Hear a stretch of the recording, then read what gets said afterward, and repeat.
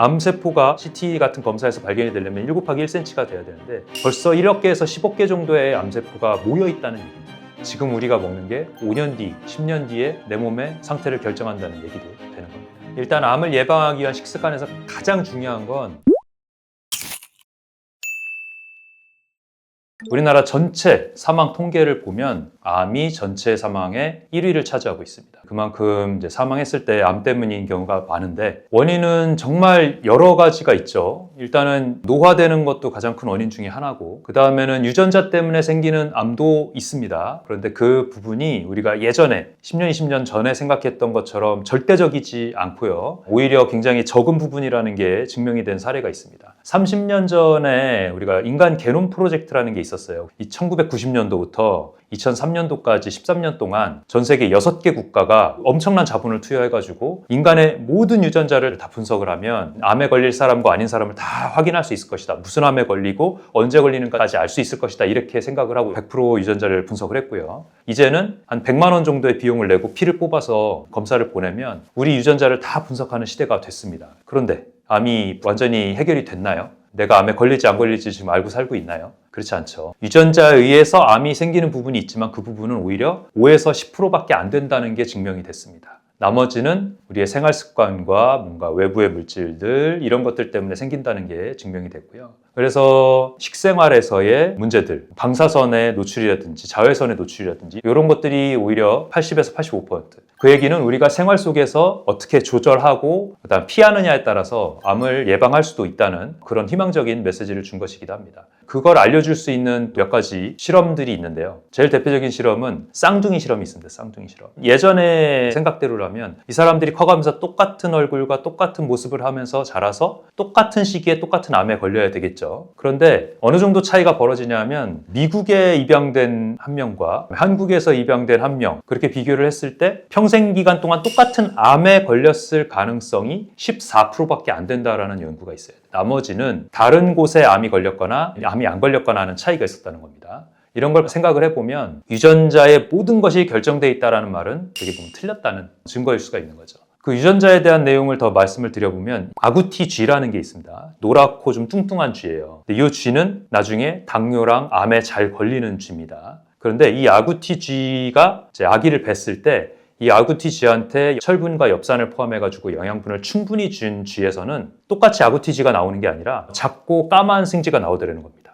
그러니까 엄마가 음식을 다르게 먹었는데 아기가 바뀌더라는 거예요. 그것도 임신한 상태에서. 그러니까 임신하기 전도 아니고 임신한 상태에서 엄마가 어떤 음식을 먹었냐에 따라서 아이의 형질이 바뀐다는 어떤 증거인 거죠. 아기가 뭘 다르게 먹은 것도 아니고 엄마가 임신한 상태에서 다르게 먹었는데 아이가 달라진다. 어떻게 이럴 수가 있는가? 그 원인이 뭔가 영양물질이 들어갔을 때 그거에 맞게 유전자 부분이 발현이 될지 안 될지가 켜지고 꺼진다는 어떤 증거가 되는 거죠. 유전자가 그냥 발현이 무조건 된다면 음식이 들어가는 것과 상관없이 똑같은 아구티 유전자가 있는 쥐가 나왔어야 될 거고 그 아기들 쥐들은 무조건 당뇨랑 암에 잘 걸렸어야 되겠죠. 이런 것들을 봤을 때 우리가 어떻게 먹고 어떻게 생활하느냐에 따라서 얼마나 달라질 수 있는지를 알려주는 거라고 볼 수 있습니다. 사실 비만이라는 거는 이제는 질병으로 얘기를 하죠. 일단은 비만이 있다는 얘기는 계속 에너지가 넘치고 쌓여가지고 남는 거를 처리를 못해서 지방층에다가 쌓아놨다는 얘기거든요. 보기에도 안 좋고 생활하기 불편한 게 문제가 아니라 심근경색이나 뇌경색 같은 뇌 심혈관 질환을 일으키는 거거든요. 이거는 사람의 생명을 그 자리에서 잃게 할 수도 있고 반신마비로 살게 되거나 이런 굉장히 안 좋은 환경에서 삶의 퀄리티를 떨어뜨리는 그런 문제가 되기도 하죠.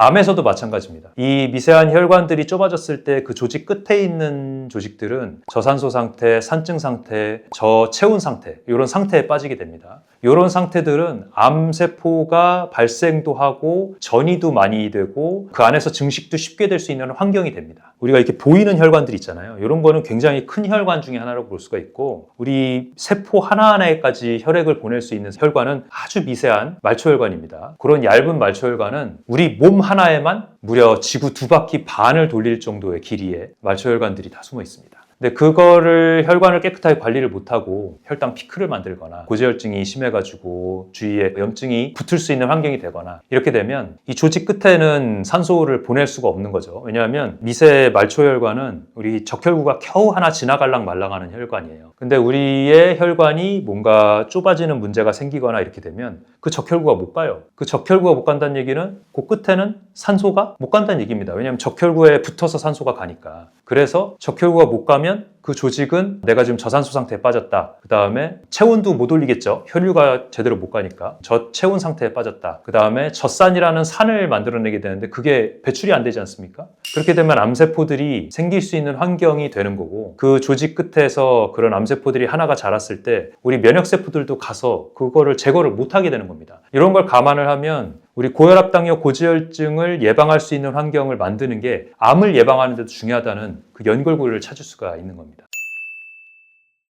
이런 혈관을 좁히거나 막히지 않게 하려면 음식을 어떤 걸 먹는 게 가장 중요한데요. 그 중에서 가장 이 혈관에 악영향을 미치는 건 단순당과 가공당입니다. 왜 당에 대해서 이렇게 설명을 하냐 하면 혈당이 높아졌다가 낮아졌다가 높아졌다가 낮아졌다 이렇게 반복되는 게 혈관에 가장 안 좋기 때문에 그래요. 연구 중에서는 이런 것도 있어요. 혈당이 계속 높은 상태에 있는 상태에서의 혈관 내피세포를 분석한 것과 혈당이 높았다 낮았다 반복되는 환경에서의 혈관 내피세포의 조직을 보면 차라리 높아져 있으면 30-40%만 파괴가 되고 60%는 남아있는데 높아졌다 낮아졌다 하면 20-30%만 남아있고 70-80%가 파괴되어 있다라는 그런 연구도 있어요. 그런 정도로 혈관 내피세포가 고혈당, 저혈당 반복에 많이 손상이 된다는 건데요. 이 혈관 내피세포가 쌩쌩해야 우리 몸에서 뭔가 혈관에 염증을 일으킬 만한 그런 독성 물질이나 감염 같은 게 있어도 이런 물질들을 우리가 청소를 해서 내보낼 수 있는 그런 역할을 하게 됩니다. 그런데 만약에 혈관 내피세포가 그런 역할을 못하게 되고 파괴가 되거나 손상이 돼버리면 거기에는 당과 단백질이 만나서 결합한 그런 염증 물질들이 붙어서 조직이 점점 커진다는 거죠. 그러면 혈관을 좁히거나 막는 역할을 하게 되는 겁니다.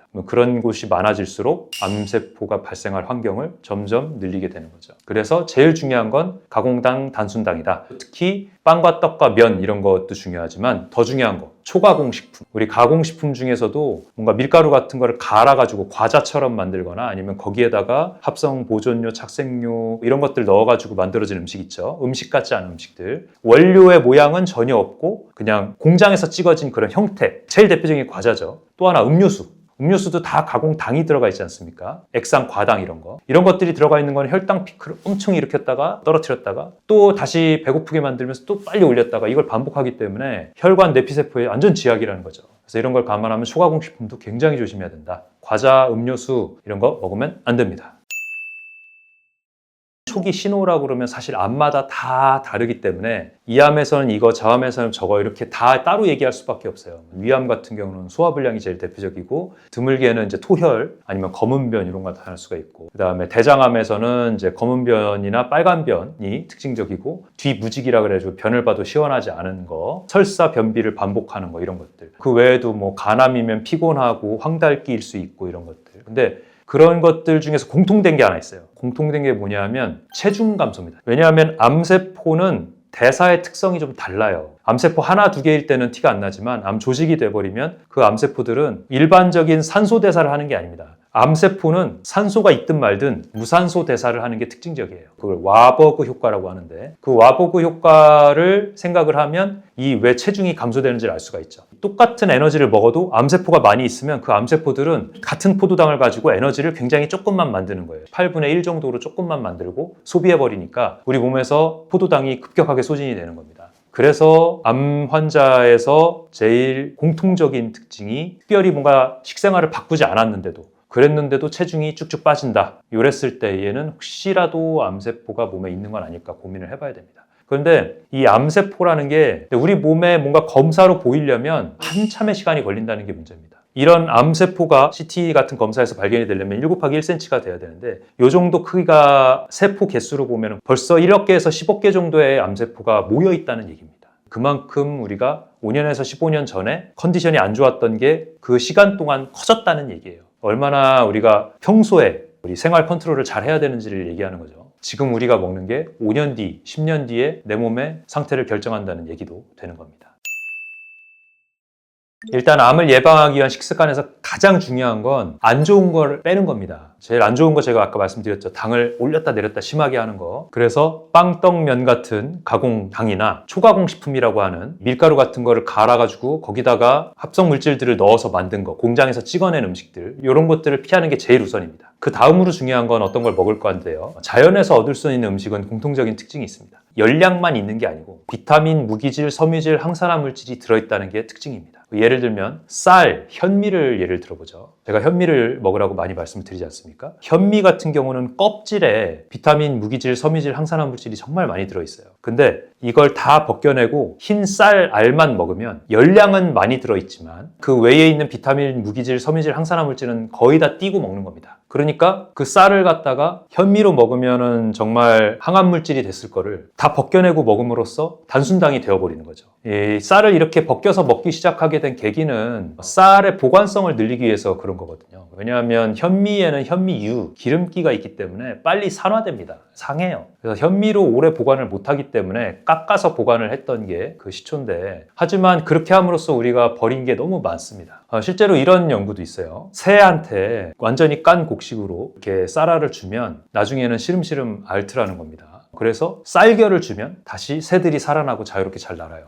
비타민 B1 부족 때문에 그런 건데, 우리가 껍질을 안 먹고 단순당만 먹으면 제일 먼저 없어지는 게 비타민 B1이 제일 문제가 됩니다. 그리고 비타민 B군은 또 여러 개가 있지만 비타민 C도 있지 않습니까? 굉장히 중요한 비타민 중에 하나인데, 비타민 C가 부족하면 우리가 입술에서 피가 나는, 그리고 잇몸에서 피가 나는 괴혈병이라는 게 생깁니다. 예전에 유럽에서 그 대항해 시대 때 배 안에서는 신선식품을 먹을 기회가 없다 보니까 비타민 C 공급이 안 된단 말이죠. 그래서 선원들이 다 픽픽 쓰러지고 잇몸에 피가 나고 사망하고 이랬단 말이에요. 그 원인이 뭔지를 찾다가 레몬을 배에다 싣고 선원들한테 공급을 했더니 이런 문제가 없어졌다 해가지고 비타민 C는 레몬에 많이 들어있다, 이런 통설이 퍼졌는데, 어쨌든 그런 식으로 우리가 비타민 B, 비타민 C, 그 외에도 이런 여러 가지 비타민들이 부족했을 때에 우리 몸에 어떤 문제들이 일어나는지 잘 알고 있습니다. 그런데 단순당, 가공당, 초가공 식품에는 그런 것들이 전혀 들어있지 않다는 거죠. 또 철분, 아연 같은 무기질, 이런 무기질도 부족하면 당을 대사를 제대로 할 수가 없습니다. 그렇게 됨으로써 이 세포들이 제대로 대사 역할을 못하게 되는 문제가 생기는 거죠. 그리고 섬유질 같은 경우는 당의 흡수를 늦춰주기도 하고 장에 내려가서 유산균의 먹이가 되기도 하고 장에서 음식물들이 썩을 정도의 시간이 거치지 않도록 빨리 바깥으로 빠져나갈 수 있게 변의 양을 늘리는 역할도 합니다. 그렇게 함으로써 우리 몸에 영향을 주고, 그다음에 항산화 물질 같은 경우는 여러 가지 물질들이 있죠. 보라색의 안토시아닌이라든지 양파의 퀘르세틴, 이 암 예방에 도움이 된다고 하는 신선식품 중에 우리 설포라판이 들어가 있는 그런 십자가 채소, 브로콜리라든지 케일이라든지 이런 것들도 중요하잖아요. 이런 음식들을, 신선식품들을 먹어줘야 되는데, 그렇지 않고 가공식품만 먹거나 단순당만 먹거나 이렇게 되면 당대사도 이루어지지 않고 암을 예방할 수 있는 항산화 물질도 섭취할 기회가 없고 변이 우리 장에서 길게 유지가 되면서 독성 물질도 계속 우리가 다시 재흡수를 하게 되고, 이런 악순환이 반복이 되는 겁니다. 그렇기 때문에 3대 영양소만 신경 쓰지 말고 비타민, 무기질, 섬유질, 항산화 물질이 많은 신선식품을 먹어라. 그래서 말씀드리는 방법이 현미로 밥을 먹어야 되고 초록색 채소를 충분히 먹어라 라고 말씀을 드리는 겁니다. 초록색 채소를 강조하는 이유가 있는데요. 흰색 채소나 다른 색깔의 채소도 중요한 부분들이 각각 있지만 초록색 채소에 무기질이 정말 많이 들어있어서 그렇습니다. 철분, 아연, 마그네슘, 칼슘은 초록색 채소에 훨씬 많이 들어있어요. 흰색 채소보다. 그렇기 때문에 쓴맛이 나는 초록색 채소를 많이 먹으라고 말씀드리는 거고요. 그 외에도 비타민 A가 많다고 유명한 당근이라든지 고구마라든지 다른 비타민들이 많은 음식들도 당연히 많이 먹으면 좋습니다. 하지만 제일 제가 집중해서 말씀드리는 초록색 채소와 현미 꼭 챙기시길 바랍니다.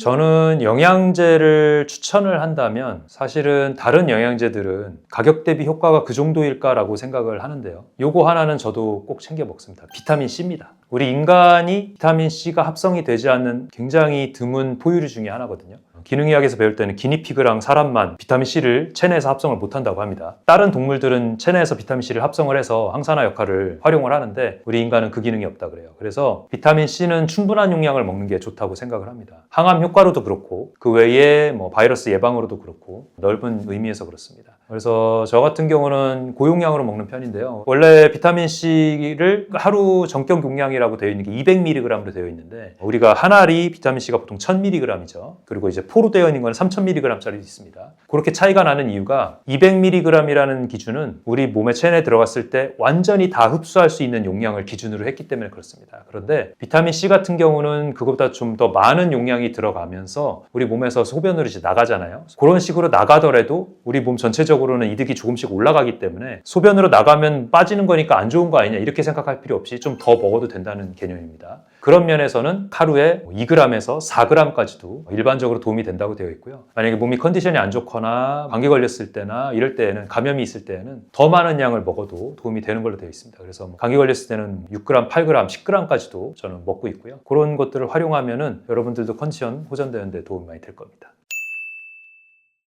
우리가 암이 싫어하는 환경, 암세포는 자기가 좋아하는 환경이 어떤 환경인지 말씀드렸죠. 저체온, 저산소, 산증 상태라고 그랬는데 그거를 해소할 수 있는 몸의 환경을 만드는 게 중요하거든요. 그래서 몸의 중심 체온을 높이는 게 굉장히 중요합니다. 그러려면 우리가 뭐 사우나 같은 거 아니면 이제 좌욕 같은 것도 많이 하잖아요. 반신욕 같은 것도 하고 이런 것들도 도움이 됩니다. 왜냐하면 우리가 몸의 혈류를 빠르게 한번 돌려주는 효과가 있기 때문에 운동처럼 좌욕이나 반신욕 하는 이유도 따뜻한 물에 의해서 온도가 올라가는 것도 있지만 아래에 있는 혈액이 따뜻해지면서 혈액순환을 더 빠르게 만들어가지고 다른 조직에 있는 곳도 혈액순환이 좋아지게 한다는 그런 개념인데요. 그 외에도 우리 중심 체온을 직접적으로 올릴 수 있는 방법도 있습니다. 그게 고주파 온열 치료인데요. 그 방법을 이용을 하면은 굉장히 여기가 뜨거워지면서 머리나 이런 부분은 그 정도 온도는 안 올라가지만 이 북부 중심에만 온도를 올리는 겁니다. 그렇게 해서 이제 혈액순환을 빨리 만들고 온도가 올라간 혈액에 의해서 다른 조직들도 온도가 올라가는 그런 효과를 내는 거죠. 그리고 만약에 뭐 암이 이제 유방암이라든지 이렇게 바깥에 보이는 암이면 거기다가 온도를 높이기도 합니다. 그래서 그런 방법으로 조직의 중심 체온을 올리게 되면 두 가지 방법으로 치료 효과가 생기는데 첫 번째는 암 조직은 이 암이 이렇게 덩어리졌다 보니까 그 안에 있는 혈관을 넓히지를 못해요. 굉장히 빠르게 조직을 만들다 보니까 혈관이 좁습니다. 그냥 그 상태로 유지가 되는데 우리가 중심 체온이 올라가면 혈액을 많이 보내가지고 체온을 빼야 되잖아요. 그래서 정상 조직은 체온을 빼기 때문에 조직에 괴사가 안 오는데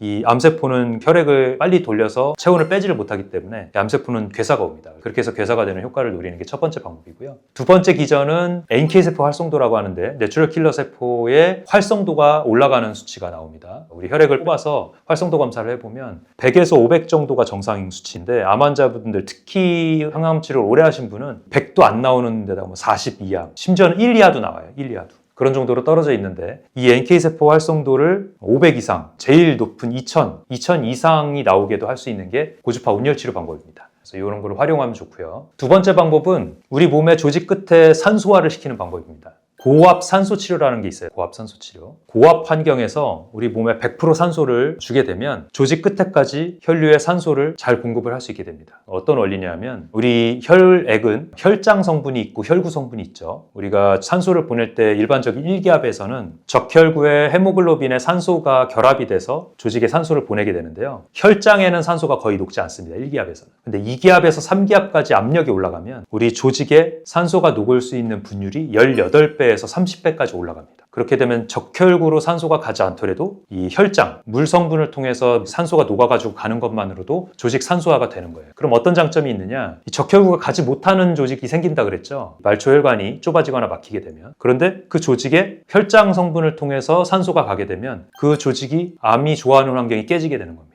그리고 그 혈장을 통해서 산소도 공급이 되지만 노폐물도 빨리 빠져나올 수 있는 효과가 생기겠죠. 그러면서 조직이 손상이 되면 조직을 살리기 위해서 줄기세포 치료라는 것도 하잖아요. 근데 고압산소 환경에서는 줄기세포의 효과도 몇십 배로 올라갈 정도로 효과가 있습니다. 그래서 혈관 막힌 거를 뚫어주는 효과는 아니지만 그 주위에 작은 혈관들을 새로 만들게 돼요. 그렇게 되면서 조직 산소화를 더 돕게 됩니다. 이런 방법들로 고압산소에서는 암세포가 싫어하는 환경을 만들 수가 있고요. 또 같은 이유로 암만 좋아지는 게 아니고 상처라든지 수술 후 감염이라든지 당뇨 발이라든지 피부 미용이라든지 그다음에 우리 몸의 전체 세포를 좋게 만들다 보니까 영로화 프로그램이라고 하는데 이론적으로는 26년까지도 젊어질 수 있다고 되어 있습니다. 이런 식으로 몸의 전체적인 환경을 개선을 시킨다는 게 고압산소 치료의 특징입니다. 자, 이런 내용들을 제가 책으로 담았습니다. 몸이 보내는 마지막 신호들 30이라는 책을 가지고 왔는데요. 제가 방송을 통해서 여러분들께 강조했던 내용들을 근거와 함께 담았습니다. 이 내용들을 그냥 방송만 듣고 알기만 하는 것은 내 생활 습관을 바꾸기에는 좀 부족해 보이더라고요.